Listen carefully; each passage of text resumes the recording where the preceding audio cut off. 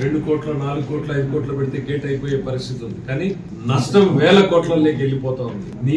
నీటి ప్రవాహం ఉండగానే గేటు దించాలా, నీటి ప్రవాహం ఆగిన తర్వాత దించాలా, ఇట్లా రకరకాలమైనటువంటి టెక్నికల్ సమస్యలు ఉన్నాయి. దాని మీద నిపుణులు కూర్చొని నిర్ణయం తీసుకుంటారు. అప్రోప్రియేట్ ఏది అనేటువంటిది మనం పొలిటికల్ గా దాంట్లో ఎవరం కూడా జోక్యం చేసుకోవడం లేదు. వాళ్ళ నమ్మకాన్ని, వాళ్ళ ధైర్యాన్ని, సిడబ్ల్యూసి గైడెన్స్ ని బట్టి ఏ స్థాయిలో గేటు దించాలి అనేటువంటిది, అంటే నీళ్లు వరద కొనసాగుతూ ఉండగానే ఆపే ప్రయత్నం చేయడమా, పూర్తి పోయిన తర్వాత చేయడం, ఇట్లాంటి అనేక నిర్ణయాలు ఉన్నాయి. ఇవన్నింటినీ కూడా భగవంతుడు మనకు సహకరించాలని చెప్పి నేను కోరుతా ఉన్నాను. కరువు సీమ ప్రాంతాలని కాపాడడానికి ఉన్న ఏకైక project drinking water life line. నిజంగా ఈ వార్త వినగానే అసలు గుండె ఒక్కసారిగా ముగిల్లుమంది. అంటే ఏంటి పరిస్థితి, ఎట్లా వెళ్తాము అనేటువంటిది. కాకపోతే ఇప్పుడిప్పుడే నమ్మకాన్ని సౌరు తీసుకుని ఎస్ దీన్ని మనం కాపాడుకోగలం అనే ఒక నమ్మకం మా నిపుణులందరూ చెప్పిన తర్వాత అన్ని ప్రయత్నాలు చేయడానికి ముందుకు పోతాము.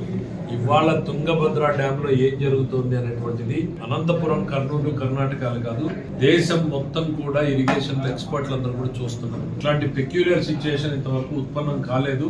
ఆన్ గోయింగ్ ఫ్లడ్ లో గేట్ ని ఎట్లా దించాలి అనేటువంటిది వాళ్ళు కూడా, దేశంలో ఉన్న ఇంజనీర్స్ అందరూ కూడా ఉత్సాహంగా మన ఇంజనీర్లను కాంటాక్ట్ చేసేటువంటి ప్రయత్నం చేస్తున్నారు. వాళ్ళ నైపుణ్యాన్ని కూడా తీసుకునేటువంటి ప్రయత్నం చేస్తున్నారు.